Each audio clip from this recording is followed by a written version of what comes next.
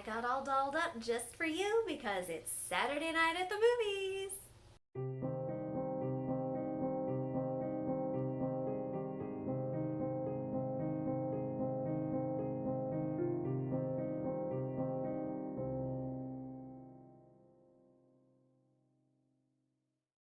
Hey there, Fiber Junkies! Welcome back to the Color Cauldron. I'm Johanna, the owner and dyer behind Potion Yarns and host of this podcast. And today it's time for another Saturday night at the movies where we take a film that features some kind of fiber arts, knitting, crochet, sewing, embroidery, spinning, something along those lines, and we give a film review and pair it with a pattern that is reminiscent of something in the film or is set in that era or just has something to do with it or is just kind of fun to knit while you're watching the movie. Today we have a really fun comedy that I'm so excited to share with you. And if you can't tell from my hair, we're going back to the 1940s. We're going to head back to the time right after World War II had just ended a few years before. So the war was over, the GIs were returning home, Korea hadn't quite started yet, and a lot of people were just feeling like life was returning to normal, it was getting good. There was a boom in the movie industry of a lot of comedies and feel-good films as well as some great dramas.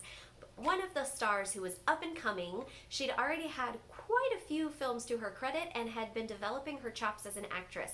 She started as a model and then turned into an actress. She had a lot of different roles in the beginning, a lot of bit parts where she did everything from the vampy bad girl to rich dramatic roles, a few really unsavory characters, as well as some goofy, dippy blondes and hilarious slapstick comedy parts, before she really hit her stride and realized that she was a comedian who had great talent. And that is Lucille Ball. Prior to her I Love Lucy fame, Lucy made a lot of great, hilarious movies in the 1940s where you can really see her honing her style and coming into her own before she took on movie history as the scatterbrained housewife in I Love Lucy. So this is one of the films that came right before that show started. We are going to 1949 for the film Miss Grant Takes Richmond. I recently stumbled across this delightfully funny little film that I'd never even heard of and was instantly charmed by the opening scene, and it was love at first sight. I continued to watch the film and really thought it was hilarious, and it wasn't too far into the movie before I spotted our knitting scene, which made it a perfect candidate for Saturday night at the movies. But the film is just really, really enjoyable in and of itself. As I mentioned, it stars Lucille Ball. Her co-star in this delightfully funny romp is the handsome and impeccably talented William Holden. You might know him from films like Sunset Boulevard, Stalag 17, some of those incredible films, Sabrina, the original version with Audrey Hepburn, he was in that one. He's in a lot of great movies in the 40s and 50s. The 1950s was kind of his heyday, but he'd already started making great films in the 40s and even up into the early 60s with films like Bridge on the River Kwai, and I think he was in some of the disaster movies of the late 60s as well. So he's an incredible actor. He really found his stride in dramas and tended to do tortured characters very well and rich dramatic roles. So as he developed his chops as an actor, he really shone in those types of performances. But it's really fun to see him in some of his younger years in the 1940s doing some really hilarious turns in comedy films. In this film, William Holden plays a con artist who is posing as a real estate agent. He has set up this con where they're basically a bookie running a gambling den. So he takes calls and makes bets on the horses and is kind of mixed in with a group of rather unsavory characters, making his money in rather illegal ways. And as a front, he set up this real estate office. In the very opening scene, we see Lucille Ball, and she is working at getting her secretary degree. She's gone to a secretarial school and she's trying to graduate, and we quickly find out that she is bottom of her class and not looking like she's going to graduate. William Holden comes into the school looking for a secretary for his new real estate firm, and after watching all the girls perform a typing exercise and Lucille bungles everything, everyone, including her instructor, is completely shocked that he chooses Lucille Ball. Everybody figures it's just because of her shapely calves, and I'm sure that didn't hurt anything. But we find out pretty early on that the reason he chose the bumbling airhead who can't quite seem to type a letter is because he wants someone too dumb to realize that he's running a con game in the back room while she's just posing as the secretary out front. He thinks he's got it all sewn up and in the bag, so she starts right away. And she's very eager to prove herself. So her idea is that she wants to just be the best secretary ever and really do an amazing job and knock his socks off and prove to everybody, including her teacher, that they were wrong and that she really can be a great secretary. This is all a great setup for hilarious hijinks and all kinds of trouble, as you can imagine. So we quickly see her attempts at being the best secretary ever start to come unraveled, and she starts this scheme to get him involved in a new housing project. Now, it helps to understand a little bit the history at the time. As I mentioned, this film is set in 1949, and it's after World War II was over, and the first couple of years after the war, a lot of people were still deployed overseas, but by 1949, a lot of the troops had started to come home and try to reintegrate into society. This was during the baby boomer years that were going to come in the late 40s and the 50s, where returning servicemen were starting their families or picking back up with their families. It was right before the kind of suburbia boom of the 50s, and so a lot of returning servicemen with young families were looking to get housing, and there was a little bit of a housing crisis. Too many families, too many people needing houses, not enough of an economic recovery from the war, and a lot of struggle for people, especially guys who had gone over as young men, possibly without a career, or who had lost their career to go serve in the war, and then coming home to a shortage of jobs, struggling to get back into society, struggling to figure out women's role as women. Some women gave up their jobs to go back into the home, but some women liked their newfound freedom and wanted to keep their jobs and not give it to returning servicemen. There's just a lot of chaos and struggle to kind of restructure the society. And it resulted in a housing crisis where there were a lot of young families that couldn't afford good apartments or homes, but really needed a place to live and start their families. And that's what's going on in this film. Lucille Ball becomes very aware of the fact that a lot of her friends and people in her small town community are returning servicemen and their families who really need a place to live with, and maybe have several small children, and they don't have anywhere to go. They have life savings saved up, they're ready to invest, but they are not able to afford the really high cost of the houses and apartments that are available. And so somebody needs to come in and build some low-cost housing that will help these young families that are struggling get started. She decides that that's going to be her personal mission, and this real estate agent that she works for, she thinks has the absolutely perfect opportunity, and through some misunderstandings between her and her boss, she ends up getting him booked into building this big new apartment complex of low-cost housing for these young families. Once it's already a little bit too late and he realizes that he is legit going to have to build this thing and actually be a real estate agent, which he's not set up for because it's just a front, he decides that he needs to get her fired really quickly. So he starts piling on the workload. He's like, she's super incompetent, she can't do anything, I'll just give her a ton of jobs and she won't be able to handle it. So he tries loading her down with work, he tries making sexual advances to get her to quit, he tries all of these different things, and none of them work. She somehow manages to rise to the challenge, even when she initially quits because he makes sexual advances and she's horrified, so she slaps him in the face and quits and walks out. She ends up feeling bad because she'd already started this project and her friends that need the houses are feeling like they have nowhere else to go, and so she goes back out of a sense of moral obligation and gives him firm, strict boundaries. But she's coming back to work. He has to keep his hands to himself, but this is more important than both of them. And he realizes that there's really no way he can win, and he just can't get rid of her. So then they're trying to figure out a way to work together. She still doesn't know that he's a con man running this gambling ring in the back room. So it just continues to get more and more hilarious from there. I'm not going to spoil it for you or tell you all the hilarious jokes they run into, nor am I going to tell you how it ends and how they work this out. But I will tell you it's a lighthearted, feel-good comedy with a happy ending, and you'll just have to go check it out. I highly recommend this film. It's very, very, very funny. So where is our knitting scene in this film? It comes right at the beginning, and you will have to keep your eyes open, but it is fairly noticeable. So I think it's only the second or third scene of the movie, we've already seen that Lucille Ball is in a secretary school. She's really struggling, but she really needs to graduate. After almost failing her class in the beginning, she goes home, and she lives with her aunt and uncle, who are elderly, and she's trying to get this job as a secretary because she wants to be independent. She wants to move out of her aunt and uncle's house and be a modern, independent, working woman.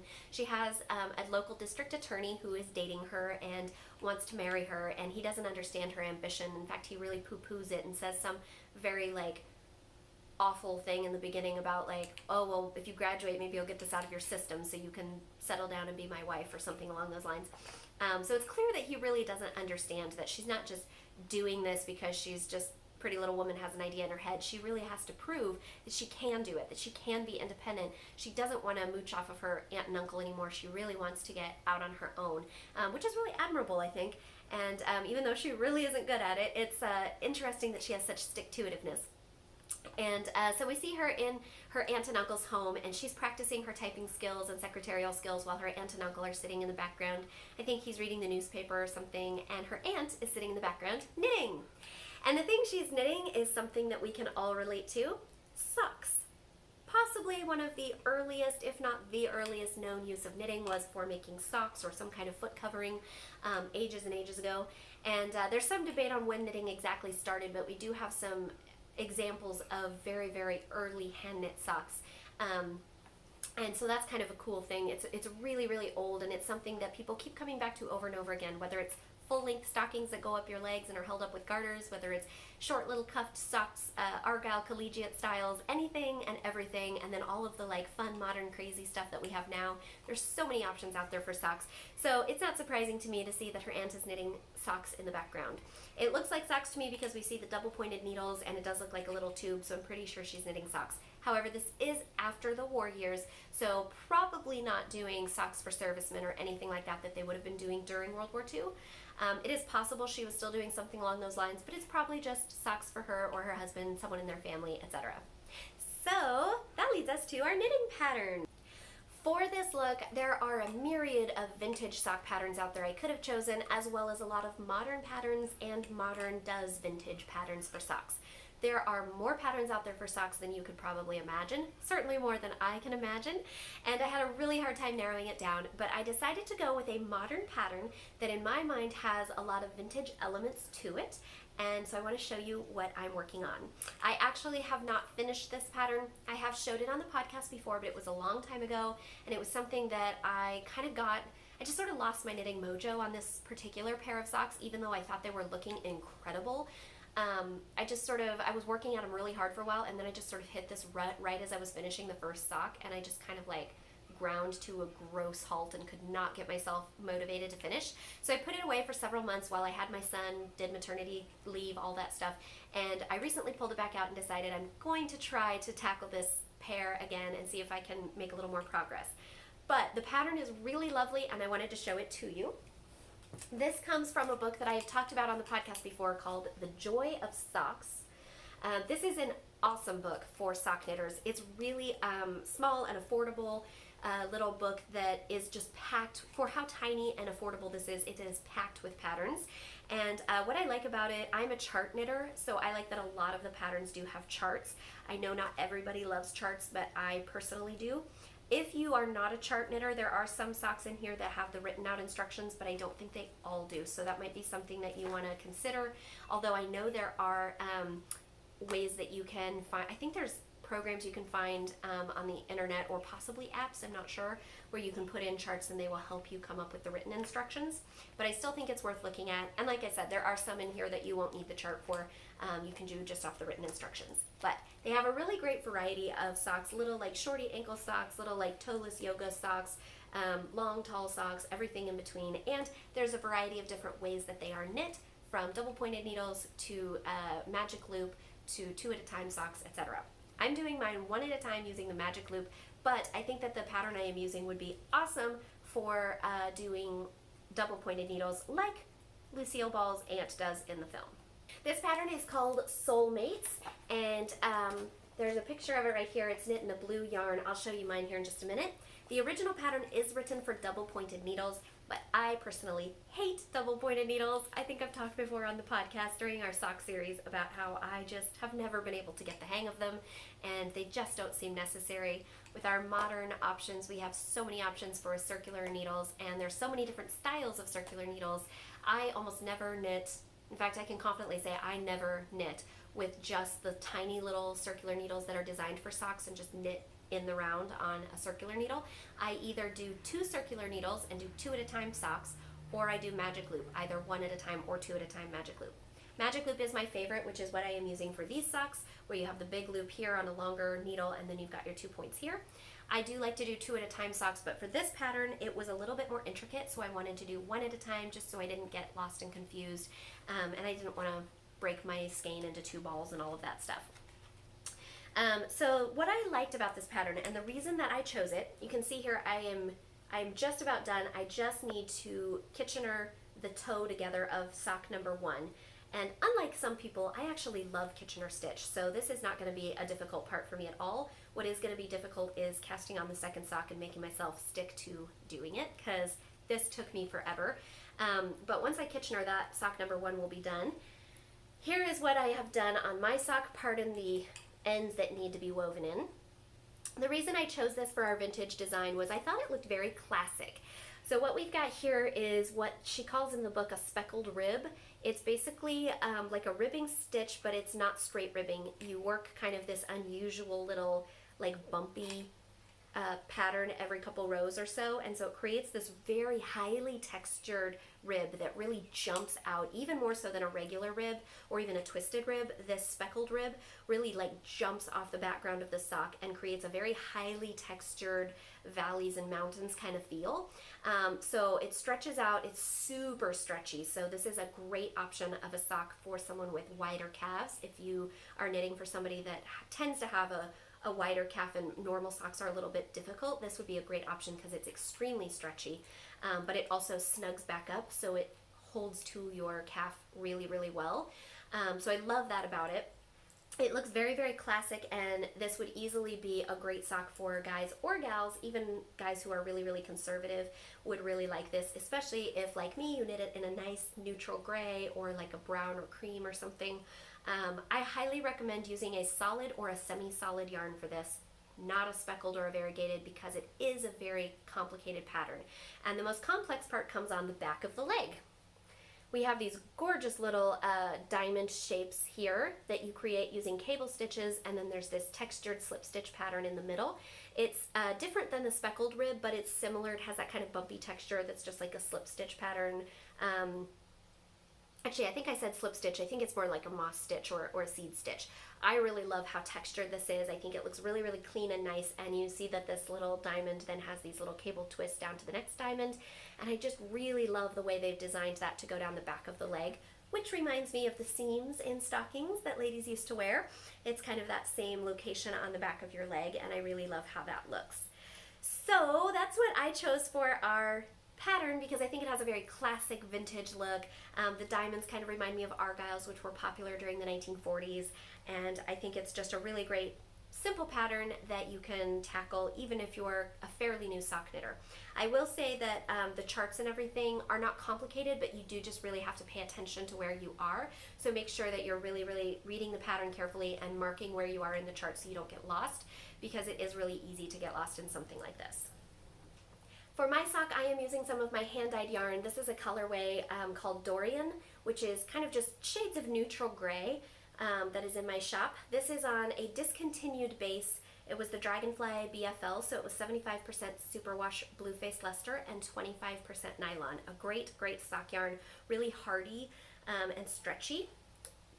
I have discontinued this base as a regular in my shop. It will still show up every now and then. In small batches probably, but it's not going to be something I regularly carry anymore, just because it wasn't selling quite as well as I wanted it to. I think that my Foxy sock, which is 80% superwash merino and 20% nylon, is just such an incredible base that really, it just didn't make sense to have multiple sock yarns, because that one is just, it takes the color even more beautifully. It's just as sturdy and strong, but a little bit softer than this base that I'm using here. So I ended up discontinuing this because it just wasn't as great of a seller. But my Foxy sock would be excellent for this pattern. I also think that my Dryad sock, which is 80% superwash merino, 10% cashmere, and 10% nylon, that would be an excellent pattern because it still has enough sturdy structure to really pop those cables and those speckles, but it's super soft and feels very, very luxurious on your feet. Like I said, I would stick with a semi-solid or a solid yarn, not go for any of the crazy variegateds or speckles that indie dyers like to do. This is much more of a vintage project, so kind of more like sedate yarn color choices, very classic look, just kind of gets that nice classic vintagey feel. So I'm really hoping that this film will inspire me to finish my pair of socks, because I really love the first one I've done.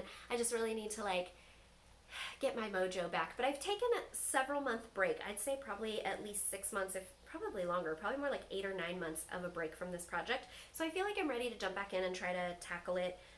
If nothing else, maybe just set a goal of doing like a row or two a day until I finish it. So that is all I have for you this week, but I'm so glad you joined me for another Saturday night at the movies. If you enjoyed this film, don't forget to give it a big thumbs up, give it a like so that I can help it to get to more people. Your likes really help my videos get exposed to more people, and the best thing you can do is to share this video with everybody you know who either likes old movies or likes fiber arts and knitting in particular, although I will also cover, we've done some crochet, we've done some embroidery and sewing on here. So anyone who's interested in the fiber arts, anyone who's interested in old films, bonus points if they like both. Definitely share this film with everybody that you can, and don't forget to subscribe to my channel. Don't forget when you hit the subscription button that you also need to turn on the notifications, so hit that little bell and make sure that it is sending you all the notifications so that you never miss an episode. I do try to do Saturday night at the movies once a month. I am doing fewer videos right now just because I'm super busy with new baby, so I've gone down to posting every other week as opposed to every week like I used to do, which means that we may have to go a little bit longer between some Saturday night at the movies, but I'm going to try to keep doing them on a pretty regular basis because not only are they my favorite thing to do on this channel, I've gotten a lot of really great feedback from you guys as well. As always, don't forget to leave me a comment, let me know what you think. Have you watched this film? Are you going to watch this film? Do you like the socks? What do you think about this film? And also, what films do you want to see me do in the future? I'm always looking for new ideas. I have a big long list of films that feature fiber arts already started, but I'm always adding to it, and I love getting your suggestions and hearing what you guys want to see on this channel. Thank you so much for watching. It is now time to cast off. Love you.